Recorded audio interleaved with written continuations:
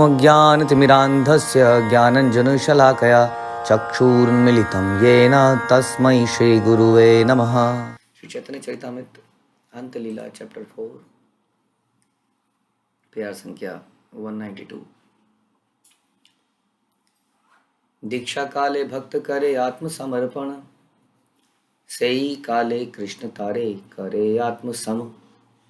दीक्षा के समय जब भक्त अपने आप को भगवान की सेवा में पूर्णतया समर्पित कर देता है, तब कृष्ण उसे अपने समान ही उत्तम स्वीकार कर लेते हैं। तो हम अक्सर चर्चा करते हैं कि जितना ज़रूरी किसी नियम का पालन है, उतना ही ज़रूरी उस नियम के पीछे के भाव का पालन है। हाँ, कोई यदि हमारे पैर छूता है लेकिन उसके मन में भाव नहीं है तो उसका लाभ नहीं है, और यदि मन में भाव और पैर नहीं छूता है तो उसका भी लाभ नहीं है। तो उसी तरह से बहुत सारे वैदिक रिचुअल हैं जो भाव पैदा करने के लिए होते हैं, उनका कुछ नियम से भगवान उन नियमों में भी शक्ति डालते हैं, ऐसा नहीं है। जैसे एक दीक्षा का नियम है, दीक्षा का प्रोसेस है, रिचुअल है, इसके अंदर बल है, लेकिन साथ साथ ये बल तभी है जब हमारे अंदर भाव है। तो यहाँ बता रहे हैं जब भक्त अपने आप को भगवान की सेवा में पूर्णतः समर्पित कर देता है। समर्पित करना एक भाव है हृदय का। दीक्षा के प्रोसेस से शुद्धि होती है, लेकिन समर्पण व्यक्ति का निजी डिसीजन है। कोई ये वशीकरण यज्ञ नहीं है जिसमें कि लोग आएँ और उसके बाद अचानक से बदल जाएं। ये ज़रूर एक प्यूरिफिकेटरी प्रोसेस, जितने भी संस्कार हैं वो क्या हैं, प्यूरिफिकेटरी प्रोसेस है। ये हमें प्यूरिफाई करते हैं संस्कार, हमारे दिमाग में एक अच्छे इंप्रेशन डालते हैं। लेकिन फिर भी समर्पण जो है वो निजी, जैसे प्रभुपाद अक्सर कहते थे कि मेरा कोई योगदान नहीं है सब में, जो भी हुआ ये मेरे गुरु की कृपा है। लेकिन मेरा एक ही योगदान है कि मैंने अपने गुरु के अनुसार नाचने के लिए स्वीकृति दी, कृष्ण के अनुसार नाचने के लिए, जैसा वो नचाएं ऐसे के लिए स्वीकृति दी। तो हमारा एकमात्र योगदान है कि हम अपनी स्वतंत्र इच्छा को त्याग कर समर्पित करें। अब ये हमारी निजी इच्छा है। कई लोग कहते हैं कि कृष्ण की या भगवान की इच्छा के बिना हम समर्पण नहीं कर सकते। बात तो सही है, लेकिन भगवान रोक थोड़ी रहे समर्पण करने से, ये हमें ही करना पड़ेगा। भगवान कभी किसी को फोर्स नहीं करते हैं, वो गुरु भगवान खुद आते हैं, गुरु भेजते हैं हमें इंस्पायर करने के लिए, बट ये डिसीज़न हमारा खुद का है समर्पण करना। तो दीक्षा के बाद भी कई लोग हो सकता है समर्पण ना करें, और कई हो सकता है दीक्षा के बिना भी समर्पण कर दें। तो ये जो प्रोसेस है इसका डबल फायदा तब होता है दीक्षा का, जब हम समर्पण भी कर देते हैं। समर्पण का मतलब होता है कि अब हमारी स्वतंत्र इच्छा नहीं है, अब जो भगवान की इच्छा है, जो परंपरा की इच्छा है, वही हमारी इच्छा है। हम अपनी इच्छाओं को अकॉर्डिंगली बदल देंगे। यस। और कितने ऐसे लोग हैं जो समर्पण दिखाते हैं, जैसे अगेन प्रभुपाद का एग्जाम्पल देते हैं हम, उनके शिष्य जिन्होंने समर्पण पूरा जीवन उसी में डाल दिया। बहुत बड़ा बलिदान हम देते हैं लोग, कई सारे भक्तों ने दिया है, पूरा जीवन उन्होंने एक पर्टिकुलर उसी में निकाल दिया। अभी भी कितने ऐसे इस्कॉन के प्रचारक हैं जो एक किसी संसार के किसी कोने में, किसी गांव में प्रचार कर रहे हैं, नोबडी नोज देम, बट वो उसी कोने में। ऐसा नहीं है कि प्रचार करके आपको पूरे संसार में प्रसिद्ध हो जाना है, देन यू आर, आप तभी उसको समर्पण मान जाएगा तब कुछ। कितने ऐसे लोग हैं हम जानते भी नहीं हैं। इवन अफ्रीका के आदिवासी और इस तरह के जगहों में भी प्रचार हो रहा है, किसी कोनों में, कोई जानता नहीं है। कितने ऐसे ग्रामीण फार्म तो बड़ा सोफिस्टिकेटेड बढ़ जाता है, ऐसी जगहों में लोग प्रचार कर रहे हैं और पूरा जीवन उन्होंने उसी काम में लगा दिया। कितने ऐसे लोग हैं जो जो केवल एक पर्टिकुलर काम को सालों से करते आ रहे हैं, जैसे पुजारी सेवा है खास तौर पर। पुजारी एक ऐसा व्यक्ति है जिसकी कोई इंटरेक्शन नहीं है किसी के साथ। वो सवेरे सबसे पहले ऑल्टर के अंदर होता है, कोई देखता नहीं है, वो अकेला ही वहाँ कर रहा होता है जो कर रहा होता है। कई बार उसके हाथ दिखते हैं हमको बस। उसके बाद में सब लोग नाचते हैं गाते हैं, लेकिन उनकी अपनी सेवा है, तो लोगों से घुल मिल नहीं सकते, क्योंकि स्वच्छता के नियमों का पालन भी करना है। तो अक्सर वो गायब भी रहते हैं, उनकी सेवाएं ऐसी होती हैं। और ऐसे हमने देखा कि कई लोग इसको में 15-20 साल से केवल यही सेवा कर रहे हैं। तो इसको कहते हैं समर्पण। जब हम अपनी इच्छाओं को भगवान की सेवा के लिए लगा देते हैं, स्वतंत्र इच्छा नहीं रखते, तब बता रहे हैं तब कृष्ण उसे अपने समान ही उत्तम स्वीकार कर लेते हैं। इसका मतलब ये ना लिया जाए कि दीक्षा के बाद भगवान हमें अपने समान उत्तम स्वीकार कर लेते हैं। इसके साथ में समर्पण जरूरी है। सेह देह करे तार चिदानंदमय, अप्राकृत देह तारम चरण भजया। जब भक्त का शरीर इस तरह आध्यात्मिक बन जाता है तो भक्त उस दिव्य शरीर से भगवान के चरण कमलों की सेवा करता है। हाँ, इस प्रकार आध्यात्मिक मतलब जब वो पूर्ण रूप से समर्पित हो जाता है तो उसका शरीर क्या है, आध्यात्मिक है।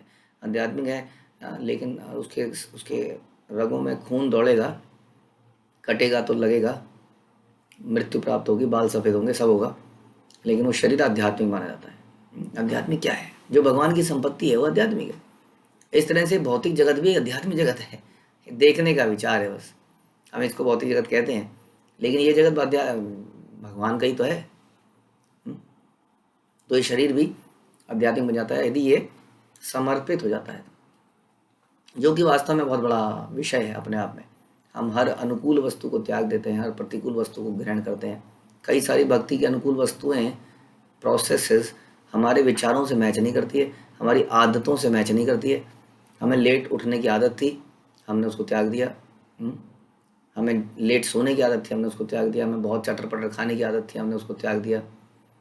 एक जगह बैठ के तो हम बैठ तो हम सकते ही नहीं थे, हम एक जगह बैठ के माला जप रहे हैं घंटों घंटों, हमें आदत नहीं थी। हमें पब्लिक स्पीकिंग की आदत ही नहीं थी, लेकिन अब हाँ बोल रहे हैं। हाँ, इस प्रकार से बहुत सारी चीज़ें। और इसके साथ साथ हमें हमेशा बदला लेने की आदत थी। कोई हमें कुछ बोल दे तो हम बिना उसको सुनाए, उसका ढंग से उसका हलवा निकाले रुक नहीं सकते थे। लेकिन अब हम सहन करते हैं, हमने सहन करना सीख लिया है। हमारी आदत के बिल्कुल विपरीत था है। हम किसी को क्षमा नहीं कर पाते थे, अब हम क्षमा कर पाते हैं और चैन से सोते हैं। तो बहुत सारी ऐसी चीज़ें हम सुनते हैं जो हमारी आदत के विपरीत हैं। हम हर उस अनुकूल वस्तु को लेते रहते हैं और प्रतिकूल वस्तु त्यागते रहते हैं। हमारे बहुत सारे दोस्त थे, फेसबुक में हमारी फ्रेंड लिस्ट हज़ारों में थी, हमने उसको भी त्याग दिया। ऐसे ऐसे करके बहुत सारे है ना चीज़ें हमने त्यागी। हमारे कई सारे मित्र थे, हमने उनको त्याग दिया। प्रतिकूल चीज़ों को हम त्यागते चले गए।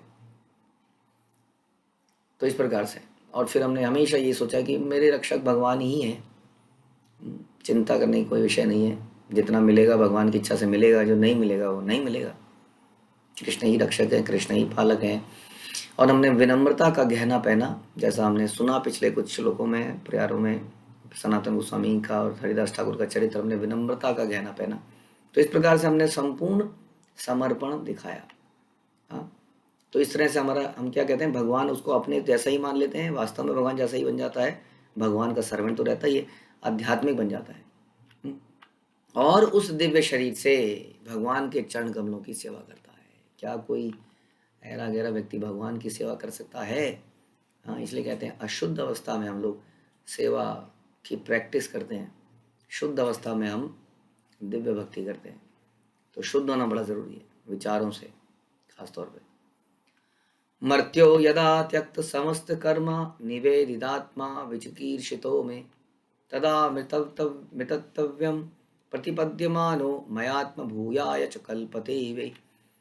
जब मनुष्य मृत्यु को प्राप्त होने वाला जीव जब जन्म मृत्यु को प्राप्त होने वाला जीव मेरा आदेश पूरा करने के लिए अपना जीवन मुझे समर्पित करते हुए सारे भौतिक कार्यों को त्याग देता है और इस तरह मेरे आदेशों के अनुसार कर्म करता है, उस समय वह अमरता के पद पर पहुंच जाता है। तब वह मेरे साथ प्रेम रस के आदान प्रदान में आध्यात्मिक आनंद लूटने के लिए योग्य बन जाता है। आध्यात्मिक आनंद में भगवान के धाम में भी मिलता है और यहाँ भी मिल जाता है भक्तों को। इसलिए भक्तों के जीवन में उनको इतने कष्ट, इतने सेवाएं, इतना प्रेशर आने के बाद भी वो प्रसन्नचित रहते हैं। हाँ, तो उसका कारण क्या है?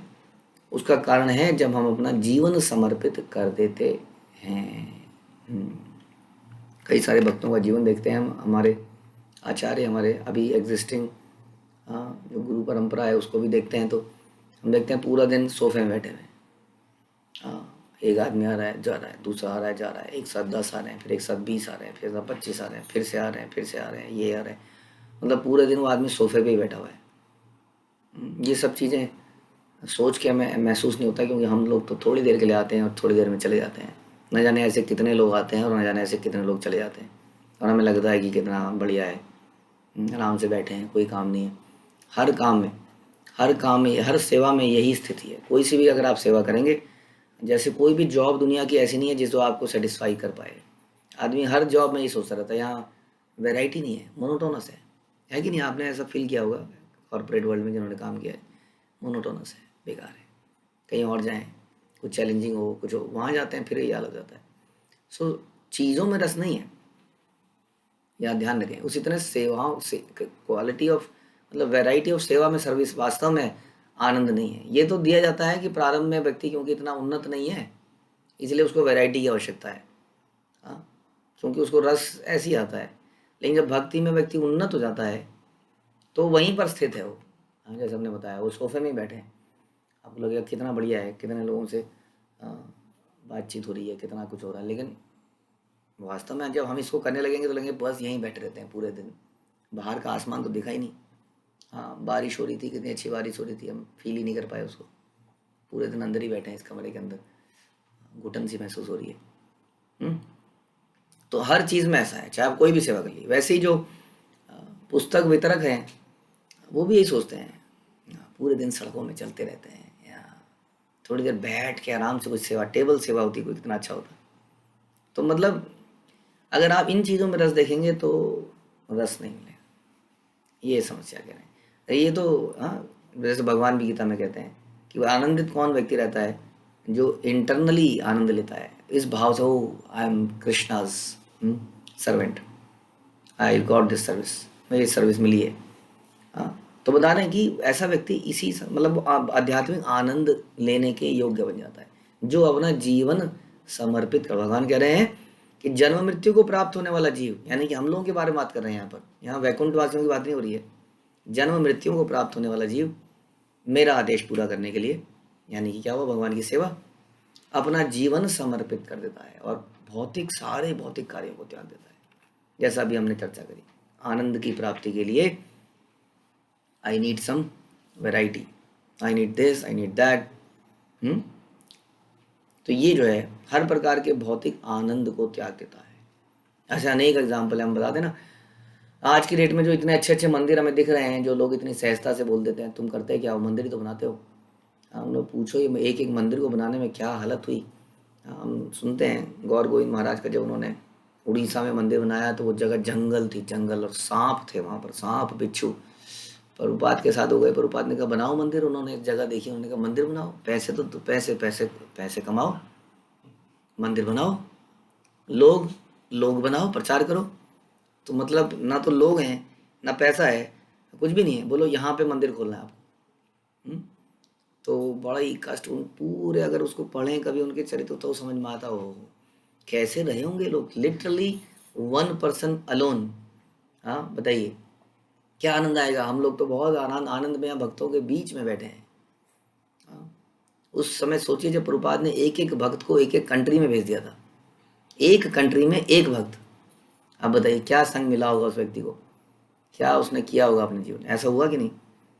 श्याम सुंदर, हाँ प्रभु जाइए यूके, यूके तुम्हारा अमेरिका तुम्हारा, ऑस्ट्रेलिया तुम्हारा, जाइए करिए प्रचार। तो गए, उन्होंने कैसे जीवन जिया होगा अपना, कितने साल लगे होंगे। हम लोग प्रचार करते हैं तो हम देखते हैं कि एक आध साल में ही आदमी थोड़ा सा सीरियस हो पाता है, कम से कम 1-2 साल में।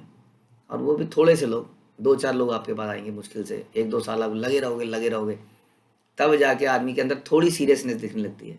वो भी पूरा समर्पित नहीं हो पाता है, पूरा समर्पण होने में तो कई साल लग जाते हैं आदमी को जनरली। ऐसे में वो व्यक्ति अकेले कैसे वहाँ रहे होंगे, कैसे उन्होंने जीवन यापन किया होगा, कैसे उन्हें आनंद आया होगा। वो नृत्य संकीर्तन कहाँ उन्हें आनंद आया हो बताइए। हाँ, लोग ही नहीं है तो संकीर्तन क्या करेंगे, अपने आप ही करेंगे। तो ये होता है समर्पण। ऐसे कई भक्तों ने किया तो आज हमें ये फायदा मिल रहा है। हाँ, लेकिन ऐसा ही भक्त जो है आध्यात्मिक आनंद लूटने के योग्य है। यस, उसको आध्यात्मिक आनंद मिलेगा क्योंकि उसने समर्पण कर दिया। वो ये नहीं कहता कि यहाँ पे तो ये सेवा बड़ी अच्छी है, हाँ इसमें मिलजुल के कुछ आनंद लेंगे, जैसा अभी हम ले रहे हैं इस वक्त। हाँ, we got this already created this association, हम उस एसोसिएशन का पार्ट हो गए। अब उस एसोसिएशन में भी हमें कमियां देखते हैं, फिर यहाँ पे ये कमी है, यहाँ पे ऐसा नहीं होता है, यहाँ पे ये नहीं होता है। यही जीवात्मा का रोग है, इसी विद्रोह के कारण वो इस संसार में पड़ा हुआ है। यहाँ पे ये नहीं है, यहाँ पे वो नहीं है, यहाँ पे ऐसा क्यों होता है, वहाँ पे ऐसा क्यों होता है। कभी भी हमने ये नहीं सोचा कि यहाँ पर क्या है, यहाँ पर क्या होता है, यहाँ पर क्या अच्छा हुआ, क्योंकि हमें सब बना बनाया मिल गया। तो समर्पण कहाँ है, इसको समर्पण नहीं कहते हैं। ये इस बाढ़ बह रही है इस वक्त तो हरिनाम की, इस बाढ़ में तो हर कोई बह जाता है। हम लोग जो कर रहे हैं वो, हम लोग 16 माला कर रहे हैं, अपना थोड़ा श्रवण कर लेते हैं तो हम सोचते हैं कि हम भी बहुत कुछ कर रहे हैं, लेकिन ये चीज़ नहीं है जो यहाँ बोली जा रही है। जन्म मृत्यु को प्राप्त होने वाला जीव मेरा आदेश पूरा करने के लिए अपना जीवन मुझे समर्पित करता है। समर्पण का मतलब ये भी हमने चर्चा करी थी। और सारे भौतिक कार्यों को त्याग देता है और इस तरह मेरे आदेशों के अनुसार ही कर्म करता है। उस समय वो अमरता को प्राप्त हो जाता है और मेरे साथ क्या है, इस आध्यात्मिक आनंद को, प्रेम रस के आदान प्रदान को लूटने योग्य बन जाता है, उससे पहले नहीं।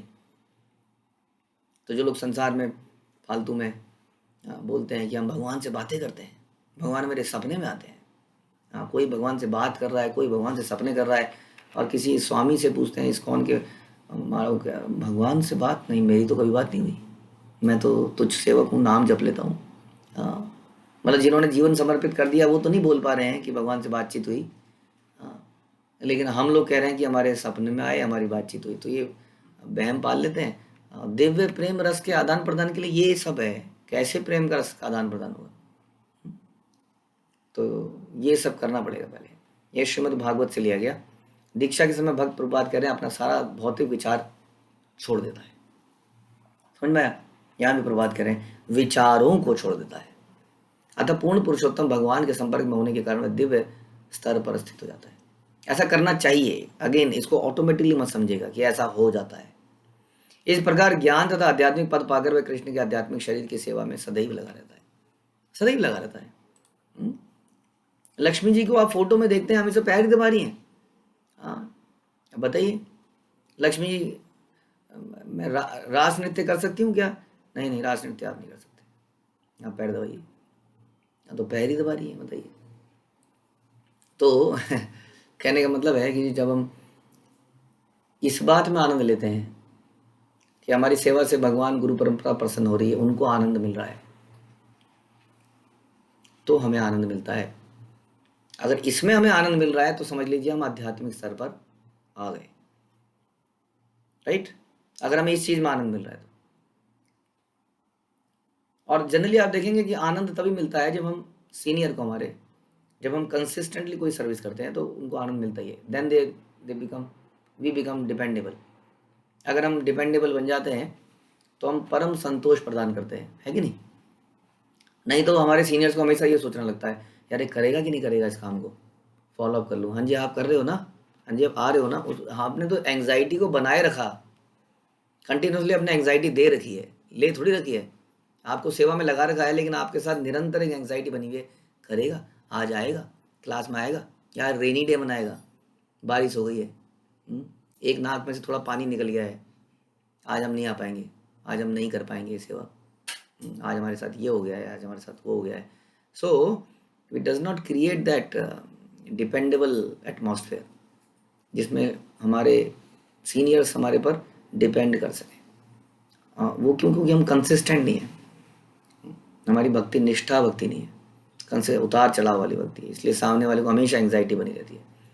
तो जब हम कंसिस्टेंटली करते हैं तो हम आनंद देते हैं, और इस आनंद में जब हमें आनंद आता है तो हम आध्यात्मिक स्तर पे हैं। कंसिस्टेंटली देने के लिए दैट मीन्स वेराइटी नहीं है। अब एक ही चीज़ को कंसिस्टेंटली कर रहे हो तो वेराइटी कहाँ है, करे जा रहे हो, हालांकि उससे परफेक्शन आती है। अब उसमें आनंद नहीं आ रहा है, क्यों? क्योंकि वो भौतिक आनंद हम ढूंढ रहे हैं उसके अंदर वो दिव्य आनंद नहीं ढूंढ रहे हैं। भौतिक आनंद में आदमी को चेंज चाहिए, हर थोड़े समय में कुछ बदलाव होना चाहिए। मज़ा नहीं आ रहा है, रोज दाल चावल खा रहे हैं, आज पकौड़ा बनाओ, वी नीड चेंज। ध्यान रखिए, ये भौतिक आनंद है। इसमें आनंद आता है, वो आनंद भौतिक लेवल पे है, ये समझना पड़ेगा। आनंद आता है हमें, बट वो भौतिक आनंद है वास्तव। समझ में आ रहा है बातों को? इसी तरह से हम धाम जाते हैं, माना हम कोशिश करते हैं, क्योंकि नए पुराने सब लोग होते हैं कि कुछ नई जगहें जाएं, जो देखते हैं नई जगह लगता है ओह आज मैंने ये देखा, पहले नहीं पता था। कई बार लोग लेक्चर में बड़े प्रसन्न हो जाते हैं। क्यों? जनरली देखा जाए, देखोगे आप लेक्चर में किस दिन हम बड़े प्रसन्न होंगे, जिस दिन हम कुछ नए पॉइंट्स बता देंगे जो हमने कभी नहीं सुने होंगे। हाँ, ये तो मुझे पता ही नहीं था। यानी कि पता होने से आपको मज़ा आता है। दिस इज ऑल भौतिक टेस्ट। जब हम श्रवण में ही आनंद लेते हैं कि अब मैंने सुना, मेरी लाइफ धन्य हुई, आज मैं सुन पाया भगवान के विषय में। नया पुराने की कोई मैटर नहीं है इसमें, नया सुना या पुराना सुना।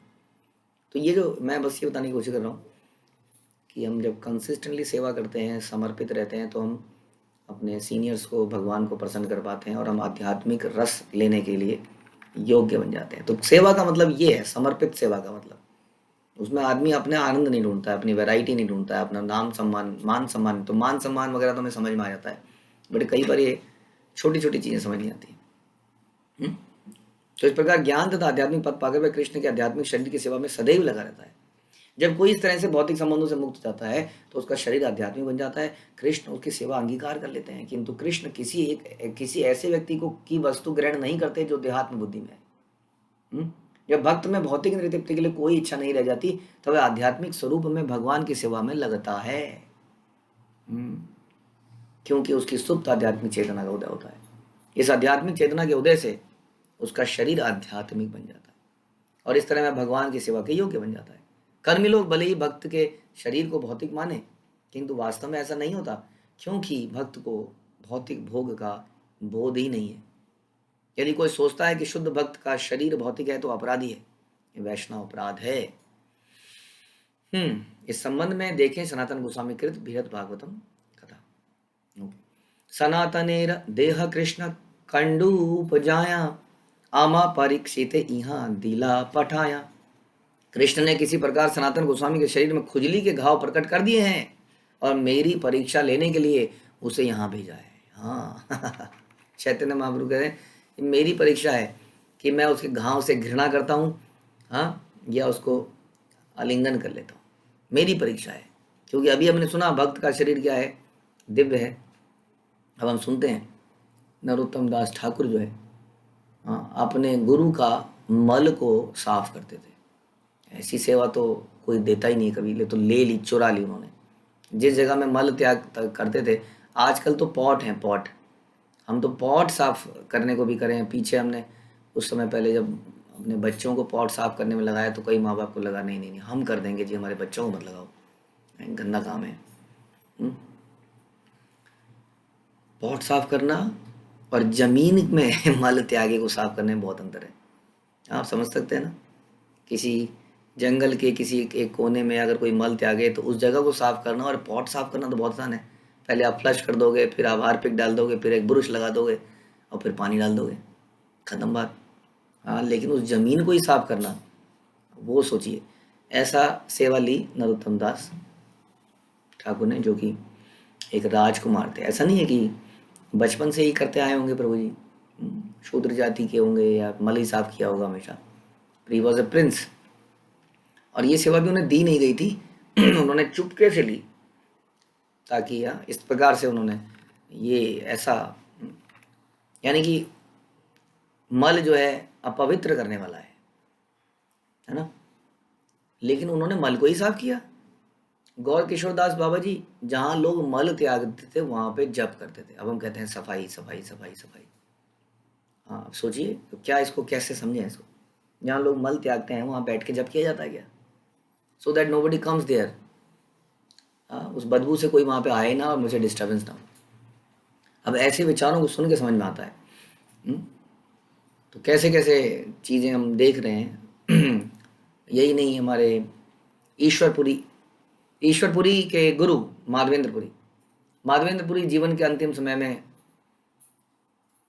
बिस्तर पर ही मल त्याग रहे थे, अंतिम समय था उनका। ऐसा बताते हैं ईश्वरपुरी ने उनकी खूब सेवा करी उसी वक्त, हाँ, उसी शरीर के अंदर, और इसलिए वो चैतन्य महाप्रभु के गुरु बने बाद में। तो इस प्रकार की कथाएं आती हैं, इससे हमें समझ में आता है कि कैसे हम समझें इस बात को जो अभी अपनी चर्चा करेगी। भक्त का शरीर भी दिव्य है, प्रेम का विषय है, हमने सुना था कि जब माँ को बच्चे की मल त्या सफाई करनी पड़ती है तो माँ को कभी घृणा नहीं होती, उसमें आनंद ही आ रहा होता है। अच्छा कम से कम करी तो सही इसने, पेट खराब नहीं है इसका मतलब, इसका बराबर डायपर बदलना, सफाई करना। हाँ, तो इस प्रकार से ये जब हमें प्रेम हो जाता है तो हमें ऐसे विचार हमारे आते हैं। यहाँ बता रहे हैं कि भक्त का, चैतन्य महाप्रभु कह रहे हैं कि तुम्हारा शरीर में जो खुजली है, ये जो घाव हैं, ये मुझे टेस्ट करने के लिए दिए गए हैं, कहीं मैं तुमसे घृणा तो नहीं करने लग जाऊंगा। हाँ, तो इसीलिए भगवान ने ऐसा किया है। घृणा करी आलिंगन ना करी ताम यबे, कृष्ण ठाई अपराध दंड पाई ताम तबे। यदि मैंने सनातन गोस्वामी से घृणा की होती और उसका आलिंगन ना किया होता तो निश्चय ही कृष्ण के प्रति अपराध करने के लिए मैं दंडित होता। हम्म, ये है। तो चैतन्य महाप्रभु कह रहे हैं मैं बच गया, बट क्या हम बच पाएंगे? हमें अपने लिए सोचना है। चैतन्य महाप्रभु बड़े सतर्क हैं कि कहीं मेरे से ऐसे अपराध ना हो जाए। पारिषद देह नहय दुर्गंध, प्रथम दिवसे पाइलू चतुसमा गंध। सनातन गोस्वामी कृष्ण के संगियों में से एक है, उसके शरीर से कोई दुर्गंध नहीं आ सकती। पहले दिन जब मैंने उसका आलिंगन किया तब मुझे चतुसमा की सुगंधी आई। हाँ, देखिए कैसा भाव हो सकता है। कई बार हम लोग ग्रुप में बैठे होते हैं, इतना सुविधाएं तो नहीं है, किसी हॉल में बैठे हैं, बड़ा घुस घुस के बैठे हैं, साथ में से पसीने की बदबू आ रही है, और किसी को बैठे बैठे कुछ गैस आ गई, उसको गैस रिलीज हो गई, वहाँ थोड़ी देर में बदबू हुई, हमें चले गए बदतमीज कहीं के, कहाँ से आ गए सब, इधर से नाक उधर। सामने पड़ोस वाले को बोला तो पड़ोस वाला भी जस्ट ये दिखाने के लिए कि मैंने नहीं किया है, हाँ बिल्कुल गलत है, बदबू है, छी छी छी। तो इस तरह का, तो ये विचार और ये जो हम सुन रहे हैं बड़े डिफरेंट विचार हैं। थोड़ा प्रैक्टिकल एग्जांपल दिया मैंने कि कब कब हमें लगने लगता है ओ बदबू, छी, थू। हाँ, कपड़े वपड़े तो चलो, कपड़ों से भी कई लोग लगता है कैसा बकता है, क्या पहन के आया है। और फिर उसके शरीर में अगर कोई दुर्गंध हो, तो ये सब है यहाँ पर, इसी बारे में हम चर्चा कर रहे हैं। तो हम कैसा सोच सकते हैं उस वक्त कि वास्तव में शरीर तो शरीर ही है, शरीर तो सभी का ऐसा है। आपने ऊपर से उसमें कुछ पोत दिया है तो अलग मैटर है, बट शरीर के अंदर तो यही है। बट उस शरीर के अंदर जो आत्मा है वो कितनी डिफरेंट है इस व्यक्ति की, क्योंकि ये भगवान की भक्ति में लगा है। ऑल दो आप कहेंगे मेरे सामने तो सारे ही लगे हैं, बट वो सारे जो है संसार के मुकाबले में बहुत कम है अभी भी। और अगर सारे भी हैं मान लेते हैं तो भगवान के प्रिय हैं वो लोग। तो चैतन्य महाप्रभु कह रहे हैं कि सनातन गोस्वामी कृष्ण के प्रिय भक्त, प्रिय लोग, प्रिय हैं। और क्योंकि वो प्रिय हैं इसलिए उनके अंदर ऐसी बुद्धि करना तो बड़ा गलत हो जाएगा। अगर आपके बच्चे को कोई कह दे कितनी बदबू है इसकी पोटी में, भाई बड़ी कहीं से, इसके इसके इसके उसके में, इसके मल में बड़ी खुशबू होगी, इसके बच्चों के मल में है ना, हमें ऐसा लगेगा। तो ऐसे ही कोई भक्तों के लिए अगर बोलता है तो हमें बुरा लगता है इस प्रकार। तो हमें भी ऐसे विचार करने हैं जैसे यहाँ पर चैतन्य महाप्रभु कह रहे हैं कि उनके शरीर से कोई दुर्गंध आ ही नहीं सकती है। मुझे तो सुगंध आई, किसकी सुगंध आई? चतुसमा, मतलब चंदन, कपूर, अगुरु, कस्तूरी के मिश्रण की सुगंध आई। प्रभुपाद कहने भगवान का संगी वह है जिसका शरीर पूरी तरह से भगवान की सेवा में लगा है। भौतिकतावादी व्यक्ति को सनातन गोस्वामी का शरीर खुजली के घावों से भरा दिखेगा जिसमें से दुर्गंध आ रही है, गंदा तरल पदार्थ निकल रहा है।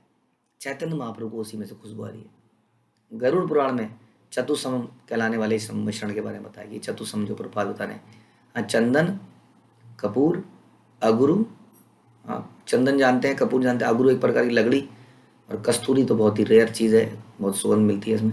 तो कस्तूरी, इनका मिश्रण जो है ये ऐसी खुशबू उनको आ रही है। और प्रभुपाद बता रहे हैं कैसे बनता है।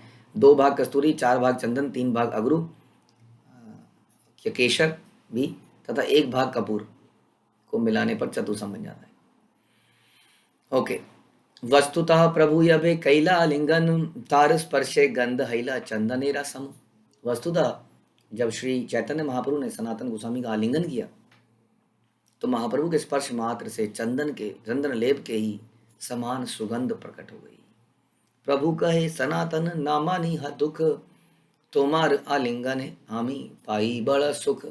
श्री चैतन्य महाप्रभु ने कहा, हे प्रिय सनातन, दुखी मत हो, क्योंकि जब मैं तुम्हारा आलिंगन करता हूं तब वास्तव में मुझे महान सुख मिलता है।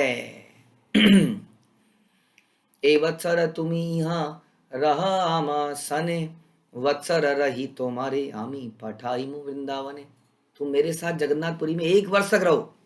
हाँ, जाने की बात करते हो। वो सारी बात आपको याद होगी। जगदानंद सिंह, जगदानंद तुम्हें वापस जाने की बात कर रहा है।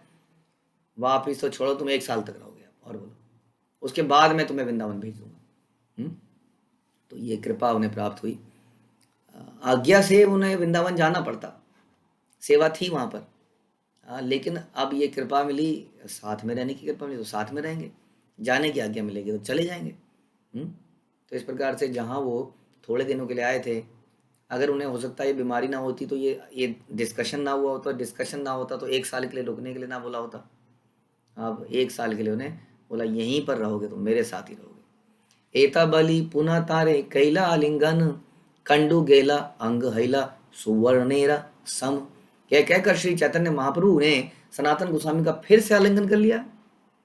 हाँ, और इस बार सनातन के छाले तुरंत लुप्त हो गए और उनका सारा शरीर सोने के रंग जैसा हो गया। तो कहीं हम ऐसा वेट ना करें कि हमारा कब ऐसा होगा। बड़े दिनों से एलर्जी हो रही है, एलर्जी ठीक नहीं हो पा रही है, भगवान मेरी भी एलर्जी ठीक कर दो। ये तो उनके लिए है जो एलर्जी ठीक ना कराना चाहें उनकी ठीक हो जाती है, जो ठीक कराना चाहें उनकी ठीक नहीं होती, जो जीवन को समर्पित करते हैं। और अल्टीमेटली ये शरीर एक दिन जल जाएगा, सारी एलर्जी भी जल जाएगी, सारा कैंसर भी जल जाएगा, सारा टीबी भी जल जाएगा, सारे बीमारी जल जाएगी। अब उसके अंदर आत्मा को कोई बीमारी छू ही नहीं सकती है। और जब वो आत्मा की स्थिति पे रहेगी तब कोई बीमारी उसको पकड़ ही नहीं पाएगी कभी, क्योंकि जन्म मृत्यु जरा व्याधि ये सिर्फ शरीर में आता है।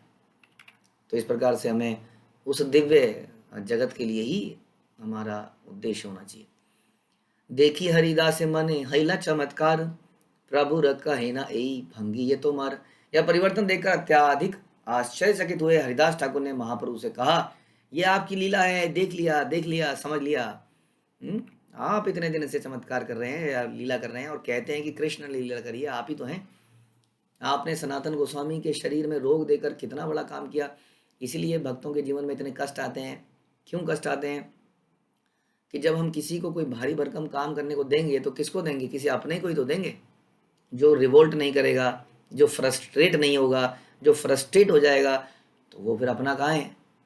हाँ, वही जैसे मैंने बताया कि जो बच्चे को हैंडल कर रहा है, कई बार कहते हैं ना बच्चा कितना अच्छा है कितना अच्छा है, तो रख लो फिर 1 घंटा रखेगा तो क्या भैया तुम ही रख लो, हाँ सब अच्छा पूरा निकल गया, है ना।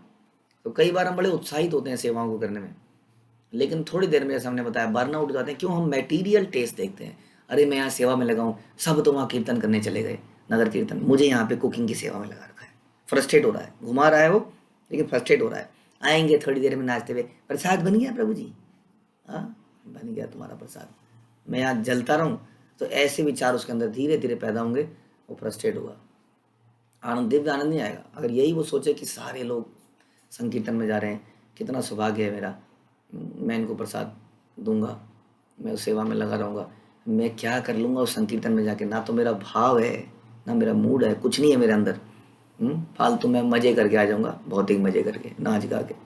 हाँ, लेकिन अगर ऐसे वैष्णव की सेवा कर लूँगा तो मुझे वो दिव्य पद की प्राप्ति होगी।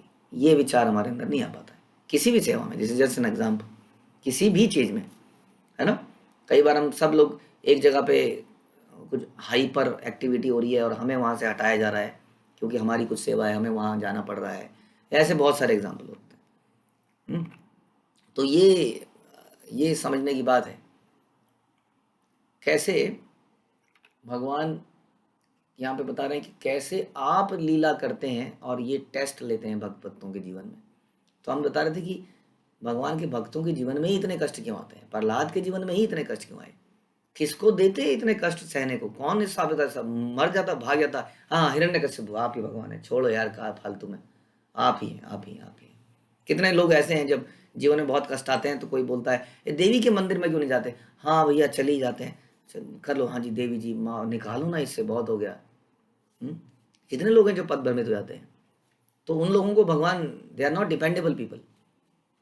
इसलिए जय विजय को ही बोलेंगे, जय विजय तुम जरा हिरण्यकश्यप बनो, हिरण्याक्ष बनो, मेरे से पिटो, खूब पिटो, बदनामी लेने को तैयार हो संसार में, चिरकाल तक तुम्हें गालियां देंगे लोग, तैयार हो, हाँ जी तैयार है, आपके लिए गाली खा लेंगे रोज, हिरण्यकश्यप तू कैसा है दुष्ट कमीने हिरण्यकशिपु को खूब गाली दे रहे हैं। भगवान ने कहा गाली खाने को तैयार हो? बिल्कुल तैयार है। ठीक है, आ जाओ फिर। किसी और को बोल सकते हैं ऐसा? नहीं। तो आदमी अपने ही भक्तों को, अपने ही उन्हीं पांडवों को जहर खाने को तैयार हो, आग में जलने को तैयार हो, सब कुछ के लिए तुम्हारी बहू की इज्जत के साथ खेला जाएगा, तैयार हो? हाँ जी तैयार है, जैसा आप बोलेंगे। तो भगवान किसको बोलेंगे? अपने ही भक्तों को। परीक्षित महाराज सांप से काटे जाने को तैयार हो? हाँ जी तैयार है। तो इस प्रकार से जब हम फ्रस्ट्रेट नहीं हो रहे हैं, हम बड़ा आनंद प्राप्त कर रहे हैं, क्यों? क्योंकि ये भगवान की इच्छा है।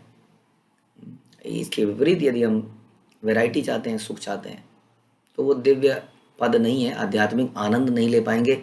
और इस संसार में भौतिक सुख में अगर आनंद ही होता तो इतना डिस्कशन कर ही क्यों रहे होते, है ना? या यही आनंद आ रहा था तो सारे संसार में खुशी होते लोग, लेकिन नहीं है। तो इसलिए हरिदास ठाकुर कह रहे हैं ये आपकी लीला है, आपने अपने भक्त के साथ ये जानबूझ के ऐसा किया है ताकि संसार को ये सिद्धांत साबित कर सकें कि भक्त भी दिव्य है, उसका शरीर भी दिव्य है। हरे कृष्ण। श्रील प्रभुपाद की जय, श्री चैतन्य चरितामृत की जय, श्री कृष्णदास कविराज की